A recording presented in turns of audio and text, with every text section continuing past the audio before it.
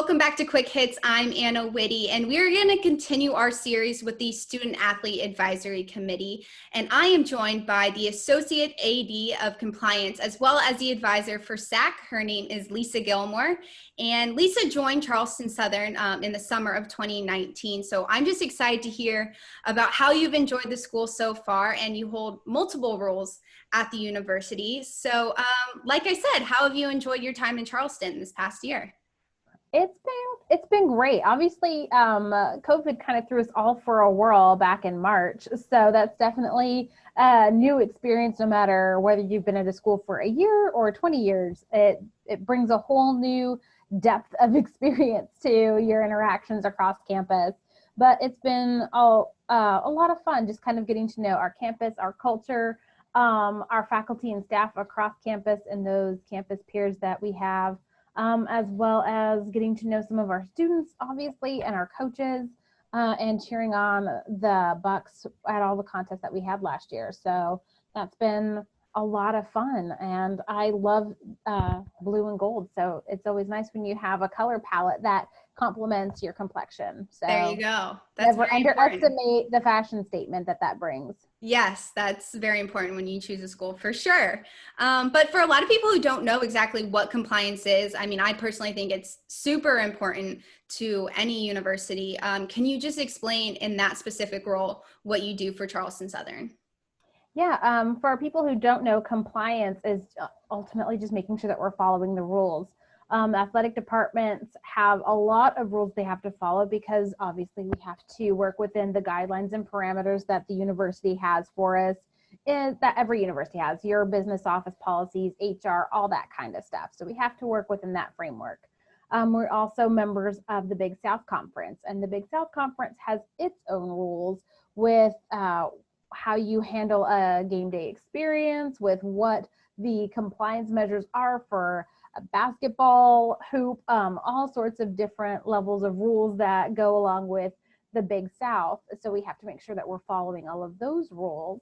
And then the NCAA has its own rules as well for divisions 1, 2, and 3. So we work within the 400+ page manual of the Division 1 legislation to ensure that we're following the rules, and we're also providing education for our coaches, our students, and our fans and boosters and campus partners to make sure that they're aware of the rules that apply to them, and make sure that they're following those rules that don't jeopardize our eligibility of our student athletes, as well as our competitive experience. So lots of rules, lots of layers, and lots of little check boxes that we have to keep track of. Right. A ton of rules, clearly, but then you put on COVID-19 and all of what happened back in March. How has your role really changed since COVID hit in March? My work days have gotten a lot longer. It's one thing to be able to answer questions, like if a coach or an administrator comes up and says, hey, is this permissible? Can we do this or can we do that? Usually there's a rule or an interpretation that's been put out there to provide guidance about how to execute that. When COVID hit, it really threw a lot of stuff out the window, and your traditional answers got completely disheveled.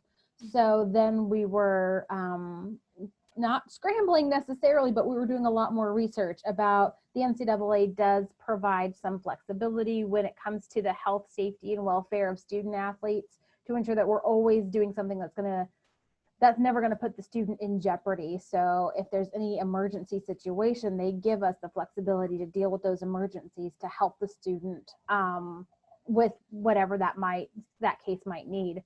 But when it comes to other things, then that the legislation didn't cover as far as COVID concerns, then that's when we were looking at what our peer institutions were doing, what our conference determined, reaching out to the NCAA to see about getting clarification, because that standard rule book just didn't always have the answers for what applied. And when you've got 17 or 16 sports that are all asking questions, and head coaches that are all trying to figure out how different things apply to their students, and then students reaching out asking, what does this mean for me? It meant a lot of phone calls, a lot of texts, a lot of emails, a lot of Zoom meetings, because you always want to provide the answers and support where you can. So there were a lot of late nights and early mornings just trying to, solve all the problems or provide the guidance that we needed to. Right. And then we fast forward 6 months from March, and now we have a postponed fall season, and a lot of kind of unknowns in the future, I guess you could say. How has your role changed since? Because on top, like in your role as well, you need to make sure student athletes don't do anything that jeopardizes their potential to play on the court or on the field or whatever it may be.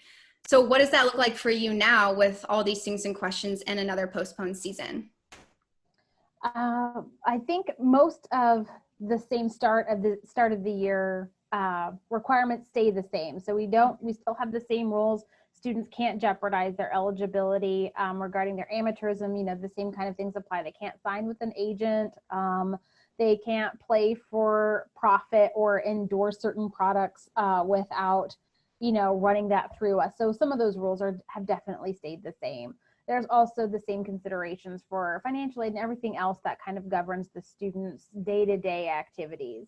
There have been just some other determinations and changes based off of just COVID itself, even though the NCAA may say something is permissible, so it doesn't really impact our office and what can be done. It's more we're helping our athletic trainers kind of navigate what the health and safety protocols are. Because again, that doesn't fall within the NCAA compliance legislature necessarily, but there are still considerations for how quickly we return students to play, at what rate, not wanting to put them in jeopardy if they haven't been working out as regularly because of the abrupt halt of the spring semester, returning them to the condition of being a competitive D1 athlete to minimize risk and injury. So we played a big supportive role for our athletic trainers in getting the documentation from the conference and from the NCAA office, and kind of navigating that through all the different channels that needed to approve those things for returning students to play and how that impacts our campus. And you'll see lots of different schools handle that differently just based off of their own facilities and staffing.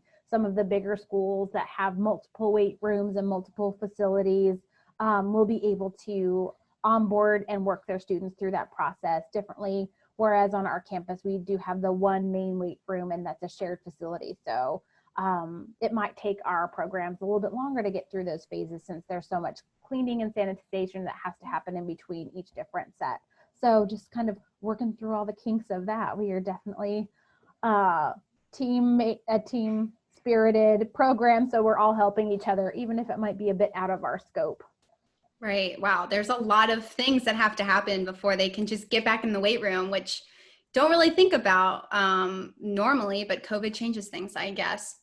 But heading into a different role that you have, you are the advisor at SAAC. And since it's mostly a student-run committee, what is your role as an advisor?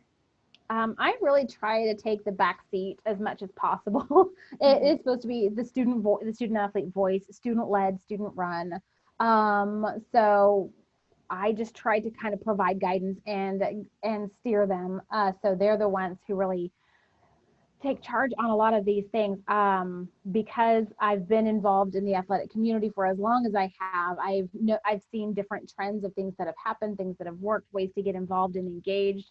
So I'll let students know about what options are out there, and then it's really up to them if that's something that they're passionate about, something they're interested in, if they want to continue with that and do some research on it and work through it and make that happen on our campus, then I help them and support them. And if it's something that they're not really into, then we move on and find something else, and I encourage them to really find what really speaks to them, what they're passionate about, what they want to see happen on their campus. And because I am an administrator, I can help them navigate through some of the paperwork and budget limitations and those kind of things, so we can see how we can get their ultimate end goal within the framework of how that works at our university. So that's just kind of what I do. If they have an idea, then I just kind of work within the bureaucracy to make it happen for them. What's an example of something that you've seen other schools maybe do, or even Charleston Southern, that you think has been really successful in the past? Something we did a virtual 5K over the summer, which was, I think, a lot of fun. It helped raise awareness of racial inequity And we kind of spotlighted some of the local charities and nonprofits in our community that also support those kind of marginalized communities and provide support to them. So it was a 5K that didn't cost anything to participate in. You just kind of posted it on your social media and gave a hashtag or a shout out to those organizations to help raise awareness for them, hopefully raise some donations for them, and really kind of make sure that we were engaging in the conversations about what was happening in our communities. So that's something that was a lot of fun, that didn't take a lot of checks and balances of, collecting registration forms or insurance cards or payments or anything like that, just something that people could do on their own. So that was really great. And then it looks like I don't know how it kind of played out, but now the Big South is also doing their own virtual 5K. So it was nice that they kind of reached out to our SAAC organization to kind of say, hey, how did you do this? And how did that work out for you? So just working in collaboration and maybe even inspiring the conference to do something kind of similar has been really fun. And then I've seen all sorts of things where people are doing virtual blood drives. So that might be something that we can do as well, that students can kind of do on their own and then post on social media, because I know that the blood donation situation has gone down since COVID has hit, and helping where we can, how we can, is a great way to mobilize our students to take a more active role in their community. So you've been involved in SAAC, and not only at Charleston Southern, but at another university as well. Why do you think this committee is so important for an athletic department to have?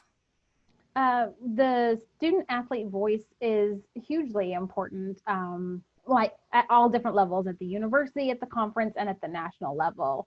I was actually able at one of my previous universities to work with the student athlete who ended up being the national SAAC president, who ended up serving as the first student athlete on the board at the NCAA. So the student voice really got amplified a lot within the last 10 years. And it's only getting louder. So this is a time when student athletes can really talk about the impact that they can have on not just their sport, but the entire athletic program and their campus and community. So it's important that some students, and it's easy to just get kind of tunnel vision a little on the classes that you have to complete this semester, your homework that's due the next day, your paper that's due at the end of the week.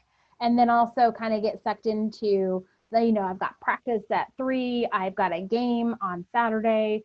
And in that kind of routine, it can be easy to kind of just focus on those little details and kind of lose sight of some of the big picture, semester-wide, lifetime situations and the impact that you can have by stepping out of those day-to-day tasks and responsibilities, and taking the time to get involved in community organizations and campus organizations. And SAAC is a great way to kind of keep in line with the passions that student athletes already have for their sport, but use their voice to communicate their experience, their expectations, and their concerns to the athletic administration, that as an administrator, and not being somebody who's at practice all the time or in the weight room with them, to know what their experience is and how we can improve that or even change it in the future for student athletes that come after them.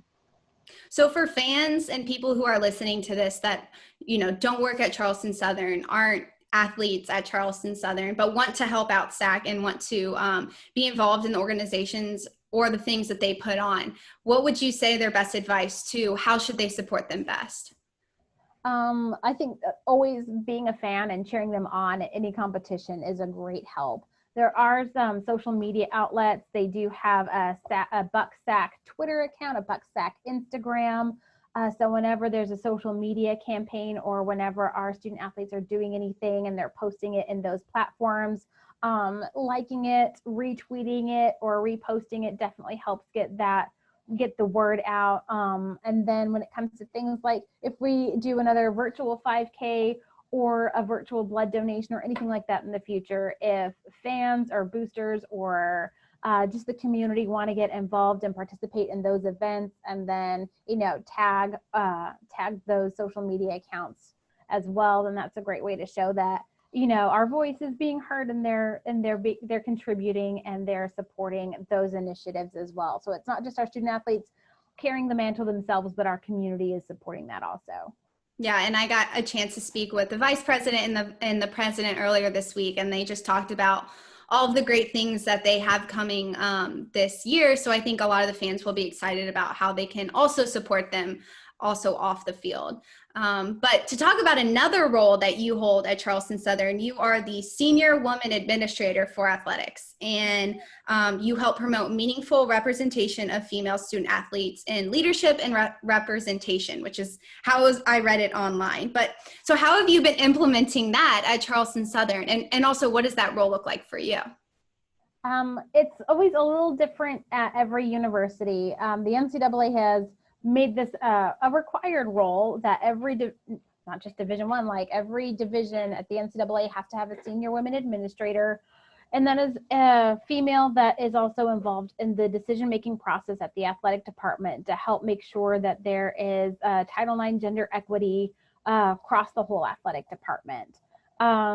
So that is like, I just bring the female voice into the conversation when it comes time to have discussions about maybe it could be about a travel policy, or how many shoes are getting ordered. It could be any number of things, but how the weight room is being scheduled, where I can contribute and just kind of be that voice and say, hey, maybe we need to make sure that, you know, our female sports get a little more access in the afternoons and not just the mornings. Or have we talked to some of the coaches of these programs to get feedback about if this works for, you know, for their programs. So I just kind of bring that female perspective to the conversation and advocate for our female athletes and our male athletes too, because sometimes it's not just based off of gender, but I look out for all of student athlete welfare. And sometimes it breaks down to making sure that we're giving the female athletes their voice as well, but making sure that everybody gets equal access, gets equal coverage, gets and has equity across the board. And that's really what Title IX is about providing equity across genders. So we're not de-escalating one to promote the other, but we're making sure that everybody gets support, coverage, acknowledgments all over our department. So that's what I try to do. Would you say a lot of the coaches and the student athletes in general do a really good job of uplifting one another and supporting each other at events? Is that something you see a lot of? Yeah, I think we didn't get much of it this spring because our spring was cut off, but our athletes really, they have their own little community. So you'll see at soccer games, you'll see softball, baseball, track athletes, everybody's out there kind of cheering on their friends. It's a really tight-knit community within each team and then within the athletic department as a whole, because they do see each other in the weight room. They do pass by each other from one locker room to another, and they hang out in the dorms together. So it is a big Buck family that we have, and they're all really supportive of each other and really encouraging of each other. So when one team has a great success, they're all really cheering for them. And it's not, they're competitive because they all want to win and have great successes on their own programs. So that's also, I think, a little internal motivation, like, oh man, football won this weekend, so we have to really like turn it up and make sure that we win too, because they're competitors at heart and they want to keep that momentum going. Right. And I think also SAAC is a great place for them to just get to know each other and learn from each other's, locker room experiences, quote unquote, what works for them and what doesn't, and just learn from each other that way. But that's really cool to hear from your perspective. But sadly, fall sports have been postponed. We're obviously hoping and expecting for things to return and when it comes to winter sports. But for you personally, what are you looking forward to the most when sports do actually return? I think baby steps for me. I will just be happy when they can actually, resume a traditional practice schedule. I know things have been kind of flipping back to, you know, reduced hours each week. So I'll just be happy when I can actually, you know, hear the music out on the field and go out and see them practicing and coming together. That's something that I just enjoy doing. I love going to games too, but sometimes the more casual environment that happens in a practice is a lot of fun to see them just kind of engaging with each other, chatting with each other, hearing some of the jokes that they tell each other on the sidelines. That just warms my heart. I love seeing that kind of that family feeling that they have. Well, that kind of rolls into my next question too. Working with collegiate athletes is completely different from working with professional athletes. I feel like, you know, their youthfulness is kind of fun, and they have, I feel like, more fun because they're just less professional. But what's your favorite part about working with student athletes specifically? I really enjoy watching their growth journey. So much of them develops with who they become between when they're 18 and when they leave when they're 22 or 23. So it's so fulfilling and rewarding kind of watching them find themselves while they're in college. And some things that you tell them when they're freshmen and sophomores, they may struggle with, but then you can kind of see things click in their junior and senior years. They're like, I remember you telling me this. This makes so much sense now. So kind of watching them kind of come into their own and make those decisions about like who they're going to be as people and what their own little internal morals and goals are. And that's just really rewarding, just watching that develop in them over the time.